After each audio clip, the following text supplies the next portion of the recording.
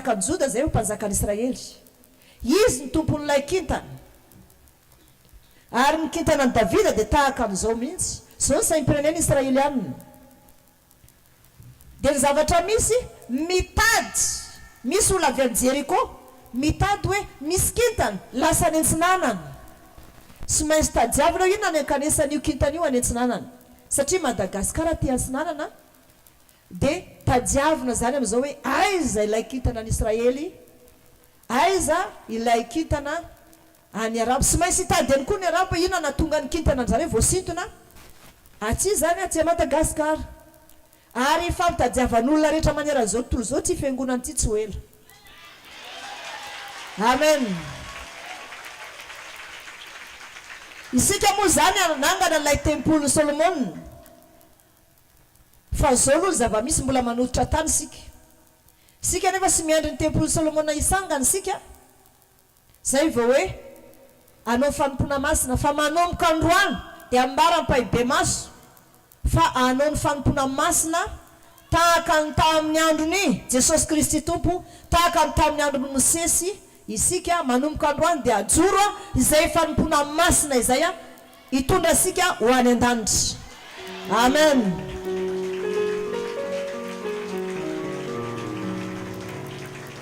Karaha manontany zany olona hoe fiangonana iza mankany an-danitra fiangonantsika ny voalohany. Amen. Dia tsy no ambarako asika sy maintsy isy mpanompon'Andriamanitra avy any Afrique du Sud hivezivezy ety. Hitady zareo sy tonga dia hiteny mivantana mandra-piavin'i Jesosy Tompo. Fotoam-Bavaka mba ho lavandroena ka hifankahita eto foana isika. Ka isika dia zanaky Abrahama. Misy tontolo ara-panahy izay mahatonga ady mandeha ny fitsaran'Andriamanitra amin'izao fotoana izao satria farany taona ny andro hoe taranakavy ny Amonita afaka mipetraky nareo. Efa hitasika iny ya hoe taranaky avy ny Amonita. Ny Amonita zany dia taranaky avy amin'ny lotana na hoe taranaky avy amin'ny lota. Ny Amon sy ny Moabita sy ny Amonita. Ary raha nandalo ny tanàna nisy an'zareo ny Israeliana tamin'izany fotoana zany. Dia ny zavatra nataony zareo tsy nandringana aloha izy. Satria fantany fa iza moa ny taranaky Israely dia iza ny taranaky ny Moab. Zay taranaky lota. Sy Amonita zay taranaky lota. I Abrahama niteraka any Isaka. Ary Isaka niteraka any Jakoba. I Abrahama nefa nitaizany lota. Amin'izao fotoana izao zany apotran'Andriamanitra daholo ny marina zany hoe rehefa misy zavatra ataon'Andriamanitra dia tsy manao zavatra izy raha sy manambara miady amin'izay hoe aiza nisy ilay fifohazam-panahy ilay tempo izay ahitana fivavahana tena marina, aiza ny nanganana azy. Jeny io sara fa anatin'ny fivoriana miaraka amin'izany programan'Andriamanitra zany tahaka ny hoe filoham-pirenena zao mankany am-pitan-dranomasina fa misy fivoriana lehibe. Totran'izay ihany koa fivoriana ara-panahitra anay any an-danitra. Dia ny zavatra misy anefa aiza nanganana n'ilay tempoly masina fa sy maintsy miverina ilay fivavahana marina. Lehilahy daholo ny namako avy amin'ny Amonita, Moabita, Israely, Jiosy. Misy avy any Jeriko, avy any Jerosalema, avy any mitoerana be dia be. Efa nijerena daholo tenimbohitra tany Israely hoe tenimbohitra Ziona. Soa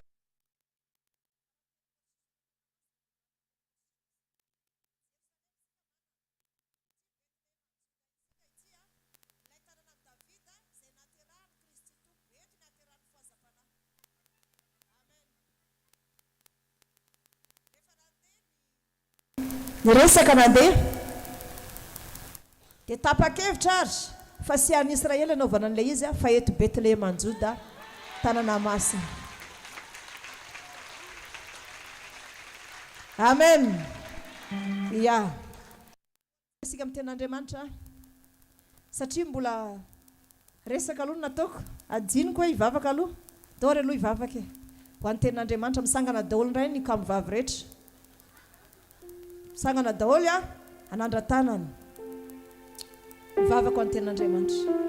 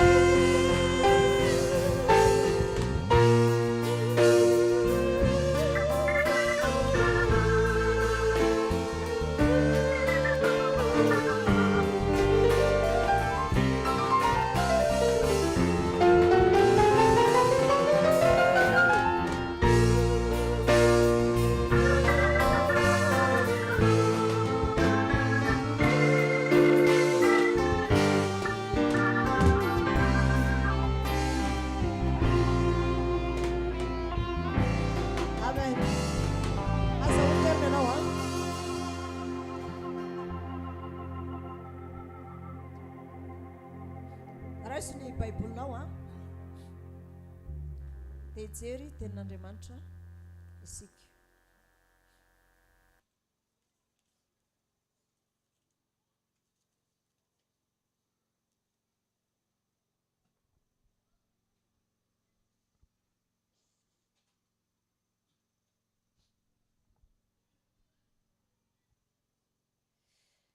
Jeresika ao ny Isaia. Zareo ny Baibolinao amin'ny Isaia. Isaia toko 220 manomboka amin'ny anjininy voalohany. Isaia toko 220 manomboka amin'ny anjininy voalohany. Isaia toko 220 manomboka amin'ny anjininy voalohany. Izao no voalaza amin'ny tenin'Andriamanitra manao hoe: ary amin'izany andro izany dia ho iraina eto amin'ny tanànan'i Joda izao firaina izao. Manana tanàna mafy isika. Famonjena no hotendren'i Jehova ho manda sy fiarovana. Voay ny vavahady mba hijira ny firenena marina izay mitana ny fahamarinana. Ny saina tsy miovaova dia arovanao amin'ny fiadanana tanteraka satria matoky ianao izy. Matoky an Jehova mandrakizay fa Jehova tompo no vato lampy mandrakizay. Fanahetry ny mponina avy toerany. Ny tanàna avo dia arodany, eny arodany ho amin'ny tany. Kazerany ho amin'ny vovoka, hitsahy ny tongotra izy, dia ny tongotry ny ory sy ny falajiany mahantra. Voaravona ny lalany marina, eny arovanao marina indrindrany aleany marina. Koa amin'ny lalany fitsaranao, Jehova no iandrasana ianao. Ny anaranao sy ny fahasiarovananao no iriny fanahanay. Amin'ny fanahiko no aniriko anao no ny alina. Eny ny saiko ato anatiko no hitadiavako anao fatratra. Fa raha mamely ny tany ny fitsaranao, dia mianatra fahamarinana ny mponina amin'izao tontolo izao.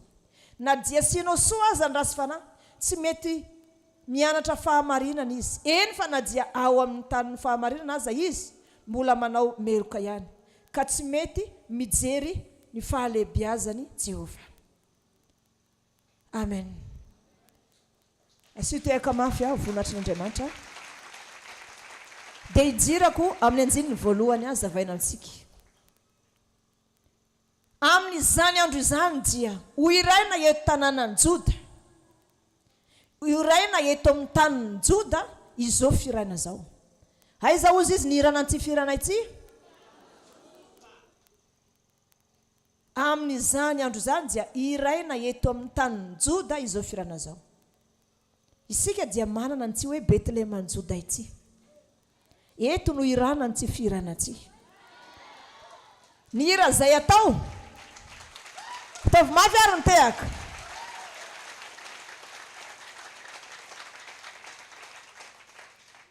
Manana tanàna. Tanàna sa tanàna io? Manana tanàna mafy sika. Famonjena ho tendren'i Jehova. Manana tanàna mafy sika. Famonjena no ho tendren'i Jehova ho manda sy fiarovana. Sika zany manana an'ity tanàna mafy. Ary famonjena no tendren'i Jehova ho manda sy fiarovana. Inona no tendren'i Jehova manda sy fiarovana antsika? Famonjena. Ato amin'ity toerana ity dia misy manda anankiroa. Dia famonjena sy fiarovana. Zay ataon'Andriamanitra eto Betleheman'i Joda. Famonjena sy fiarovana. Raha teo vonjena ho any an-danitra ny fanahinao, raha teo voaro amin'ny ratsy rehetra anao, dia aiza ny tokony vavahana? Eto Betleheman'i Joda ny ahitanao famonjena ary ahitanao an'izany fiarovana izany. Tsy ilay tanàna mafy izay ahorony Jehovah Andriamanitry ny Israely ho antsika. Zao no lazainy amin'ny andininy faharoa. Voay ny vavahady mba hijira ny firenena marina. izay mitana ny fahamarinana. Voaina ny vavahady idirany firenena marina izay mitana ny fahamarinana. Iza moa ny firenena marina? Kristiana miara-mivavaka. Amen. Firenena dia azo lazaina hoe olona anankiray na tena hoe firenena mihitsy. Ny fiangonana dia azo antsoina hoe firenena satria be dia be ny tokantrano sika fehezinato. Tokantrano firy moa no isika no mitambatra ho iray atao anatin'ity fiangonana ity. Izany hoe efa firenena iray isika satria efa tokantrano amanarivony maro isika mitambatra ato. Noho izany efa firenena iray isika ao anatin'izay. Izany hoe firenena iray isika ka hovoaina vavahady idira ny olo marina, firenena marina izay mitana ny fahamarinana.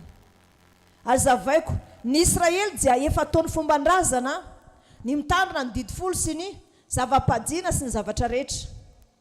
Fomban-drazana jiosy zany, fomban-drazana Israely zany. Ary dinio tsara hoe efa voageza tao anatin'ny fomban-drazana izy, efa nitehirizin'Andriamanitra tao amin'ny lalàna ho fanomanana azy ho any an-danitra. Izy ireo no tratra ny fandrosoana dia nivoana. Tratraniana tsara hoe tratra ny fandrosoana dia nivoana. Fa isika indray olona efa avy nalala fiainana daholo tany amin'ny zao tontolo zao tany no tonga ato amin'ny fahamarinana, ary ny fahamarinana izay tandremasika sy fomban-drazantsika fa fanompona mihitsy ilay izy. Amen. Izany hoe fanompona mihitsy izany ilay izy. Ka mahafanompona izay dia sy tokony isy isangisangy fahamarinana intsony. Efa faran'ny taona zao dia misy boky anankiroa asehon'Andriamanitra. Tsy boky ny fahamarinana rehetra izay nataonao voakontsy ao daholo hatramin'ny andro ny asanao teto, ny tanterana tany, ny fanatitra nataonao ny ampafolokareny. Diny io fa ny anjely izay mpiandrenao kay nanomboka ianao mivavaka tato dia manao tatitra foana dia navita boky anankiray izy. Amin'ny tsara rehetra izay vitanao dia misy boky anankiray amin'ny ratsy rehetra izay nataonao. Any an-tokantranonao indraindray mbola mitanzatanzaka. Diny io fa ino tontolon'andronao iny hoe androany latsinainy? Taiza ianao tamin'ny latsinainy? Dia nivavaka. Avy nivavaka ianao nanala kanjo dia kanjo manao hoana ny nataonao. Misy aza ny vehivavy mbola samy manao kaskety ihany. Sady miaraka amin'ny saron-doha. Fanan'Andriamanitra ao anatin'izany sa sy fanan'Andriamanitra? Tsy fanan'Andriamanitra kosa satria izany zao ve anao kaskety dia mahamiramirana anao? Sady miaraka amin'ny hijab ihany. Sa irisy ampanaovisika kaskety? Sady mandray olona ao amin'ny toby? Ataoko fa sy fahamendrehana. Ka ity taona vaovao ity tokony hanovana ny tantaram-piainantsika. Ity no hananganantsika hoe fa izany hoe firenena marina izany. Isika ato anatin'ny fiangonana dia efa firenena anankiray. Izany hoe Madagasikara itambarana fa isika manana fanjakana mitokana dia fanjakan'Andriamanitra. Ary manana taratasy mipetraka amin'ny fanjakana isika. Iny ilay antsoina hoe règlement intérieur manambara fijoroan'ny fiangonana firenena masina. Izany hoe manana ny maizy azy sy ny fototra hijoroany.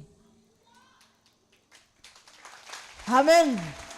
Ny fiangonana rehetra dia samy manana ny fototra hijoroany ary samy manana ny taratasy ny any amin'ny ministera daholo. Manana fahefana izy ary voasoratra ao daholo ny zavatra tandremasika. Ka manomboka androany zany sika dia hiditra amin'ny lalindalina kokoa. Izay tsy maharaka moa mbola kanosy ianao, mbola voafatotra ny hoe aty amin'ny mpiangonana ianao manao fahamasina fa any an-trano ianao mitanzatanjaka, hanerina ianao zany fa Andriamanitra sy hitsangisony.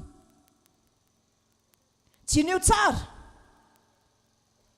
Jinio tsara fa ny zanak'Israely moa sy fitiavan'Andriamanitra azy va namoany azy avy tany amin'ny tany Egypta. Jinio tsara ny fitiavan'Andriamanitra ny zanak'Israely mivoaka avy tany amin'ny tany Egypta. Ny zanak'Israely mivoaka avy tany amin'ny tany Egypta dia mbola niravaka izy dia mbola nanao fitafin'ny Egyptianina. Ny Egyptianina moa taranaky Ama zanako Noa. Ary misy fifandraisany ihany reny. Dia ny zavatra nitranga nefa dia tahaka izao. rehefa mandeha zany a dia ny zanak'Israely rehefa nivoaka avy tamin'ny tany Egypta, zany hoe mbola masina n'olona fahiny misarando, manao bobony lehilahy, manao ohatran'izay koa vehivavy, manao akanjo tsara, masina tsara. Fa tsy niala teny ihany ny firavaka rehetrarehetra ataon'ny zanak'Israely a, vao nivoaka tahaka ny hoe efa 100 taona no niveron-dalana ny Israely zany. Efa sy teo soa ny Abrahama, sy teo Isaka, sy teo Jakoba, fa tany amin'ny tany Egypta nahafaty azy ary naleviny Josefa tany amin'ny tany niseny Abrahama ihany izy. Efa 100 taona zany hoe 30 taona aloha nahatongavan'ny zareo tao tamin'ny fanjakan'i Josefa prime ministre tany amin'ny tany Egypta, tany amin'ny Farao. Dia maty ilay Farao nalany Josefa, dia Farao hafa amin'izay nanjaka ilay niarany lalao tamin'ny Mosesy fony mbola tao amin'ny tanin'ny mpanjaka zareo tao amin'ny fanjakan'ny Farao. Satria Mosesy nasangany zanaka vavin'ny Farao zanany. Dia ny zavatra nisy nanomboka teo ny fanandevozana ny Israely. Efa 100 taona ny fanandevozana. Fa 30 taona talohan'ny fanandevozana ny zanak'Israely efa nipetraka tao. Dia ny zavatra nitranga tao anatin'izay dia nanao fitafin'ny jentilisa ihany, nanao fomba ny jentilisa ry zareo fomba ny Egyptiana nataony. Tianio tsara zany hoe olona efa 100 taona sy nivavaka zany, tsy mahalala n'Andriamanitra zany, firy olona efa maty tao anatin'izay. Nefa dia nivonjen'Andriamanitra ihany satria avy tamin'i Jehova nahabo azy 100 taona. Noho i Abrahama natory teo am-pivavahana. Io matory anaty fiangonana mihaino toriteny io tianio tsara fa sy maintsy lasa andeha foana ny taranaka ny herinany. Fa rehefa mivavaka dia mivavaka, rehefa midera dia tena midera. Rehefa mihaino toriteny dia hoe ny ten'Andriamanitra dia aina ho an'izay mahazo azy, fahasalamana ho an'ny nofo rehetra.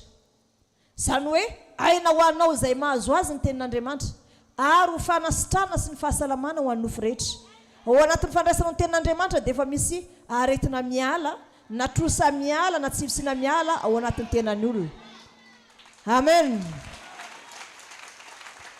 Fa kosa mila mifantoka tsara ianao anatin'ny tenin'Andriamanitra.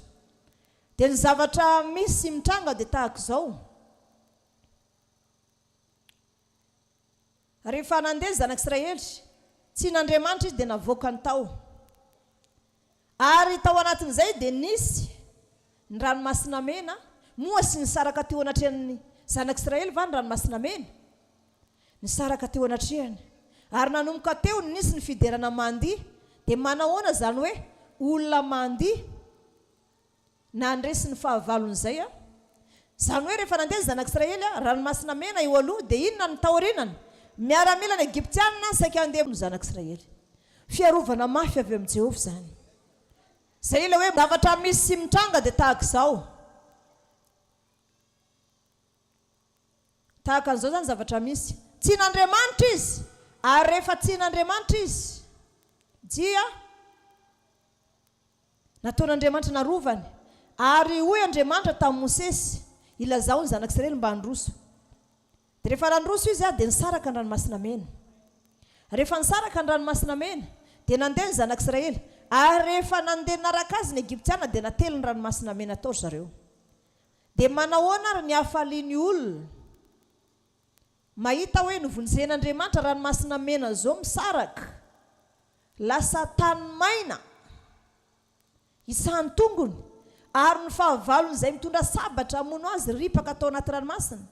Nanomboka teo nisy ny fiderana tampifaliana samy sambikimbikina daholo, nanao izay fahaizany samy mandihy teo miaraka ny amponga tapaka izay nitariny Miriama anabavin'i Mosesy. Ary nanomboka teo dia nitao amin'Andriamanitra foana ny zanak'Israely. Rehefa te hinana sakafo matavy izy dia omen'Andriamanitra papelika, ary nihinana mananatra ny 40 taona, nihinana mofo avy any an-danitra. Tianio tsara hoe raha zaza voateraka niala avy tamin'ny tany Egypta, nantra ny 40 taona andeha teny an-dalana, akanjo tokana iny teny aminy, iny dia nitombo taminy, niaraka taminy iny. Aiza ny ahitanao an'izany? Fa ny Andriamanitra antsika dia Andriamanitra ny fahagagana. Ary sambatra izay mitoky amin'i Jehova, satria Andriamanitra izy moa misy zavatra tsy hainy ataova.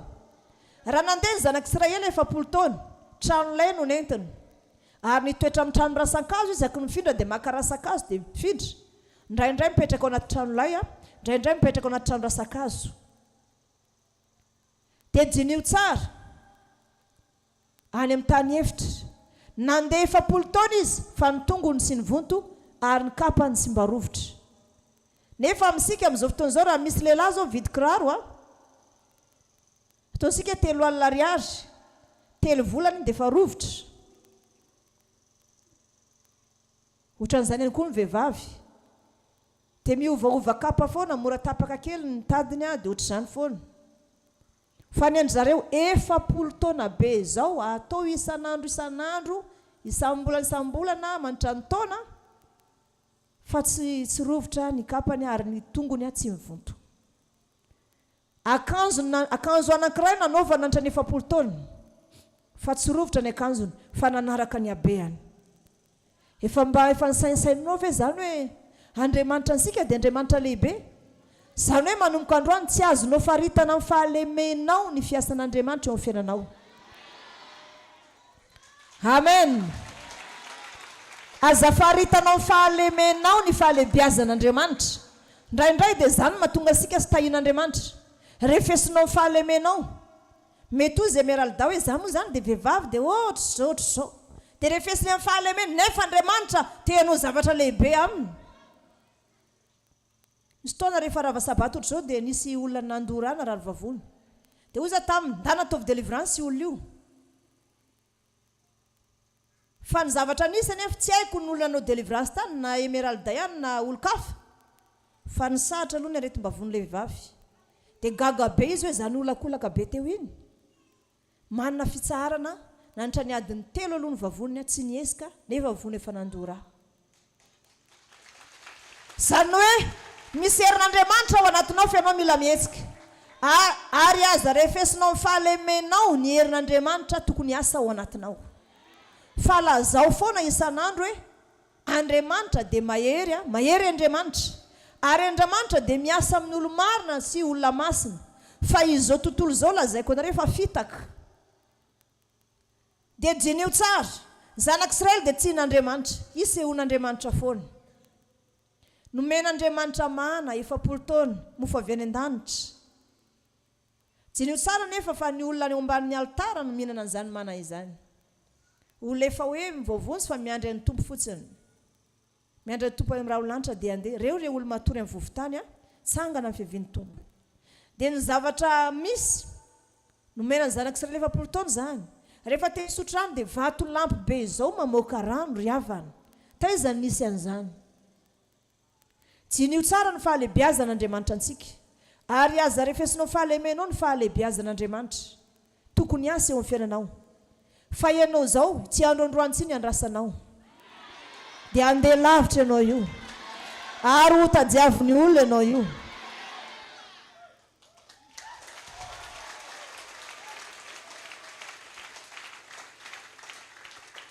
sy raisina amin'ny fahalemena akory zany fa tena raisina amin'ny hery misy dia tena hoe raisin'ny fananao misy hoe za zany andeha lavitra lazaiko anao fa raha ny asan'Andriamanitra trehako amin'ny hoe za vehivavy tsy vitanao avy zany za mitenao fa tsy misy mavita an'izany na lehilahy aza raha manenjika fampianarana amin'ny fito fotsiny sanandro mety tsy vitanao jinio tsara ny zavatra trehako mbola manenjika fanotorana tsy Betlehema itsy vao mahazo vola sabata dia iny anotorana tany no nefa sy maintsy manitatra trano manao fanentanana anao kely fotsiny azo sy misy olona miasa saina amin'ny asan'Andriamanitra fa sy maintsy ianao mikely aina sy maintsy enjehana Jerosalema enjehana ny zavatra jinio tsara sika rehefa manao pasika reny moa sy zavatra efa vaomana vaivan-tanantsika sy toerana efa madiova vezivezy raha anao rasakazo any Jerosalema sika mivezivezy mambolana any manomana ny toerana hitoeranao manao pasika sika dia mivezivezy any fa ny zavatra misy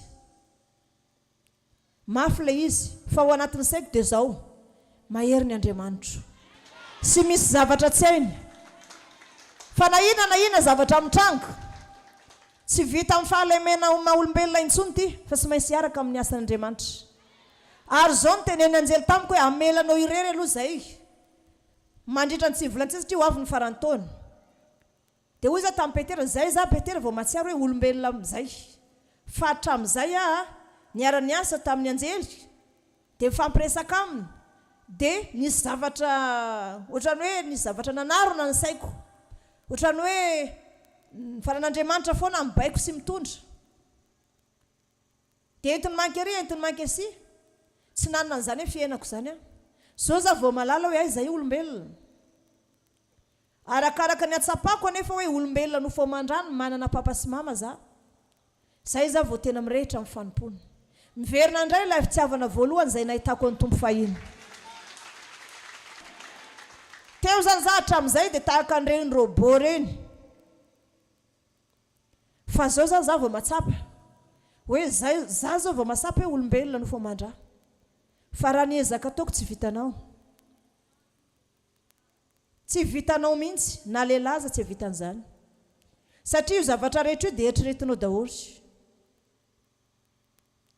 eritreretinao daholo ny zavatra rehetra zavatra sy miasa amin'ny lohanao mihitsy nefa ny mampiasa ny saiko talohan'ny fanadiovana dia ambara amintsika ihany ilay izy mba hahafahanao mikely ena fatratra ny olona anankiray rehefa nangana zavatra tsara anankiray dia mila fikirizana talohan'ny fanadiovana dia nanao reka amin'ny 20 andro tsy mihinana ny fa saramaso foana no haniko dia voanemba dia kabaro gros-pois dia voanemba dia saramaso dia voamaina no hanina reka amin'ny 20 andro zany ny lokako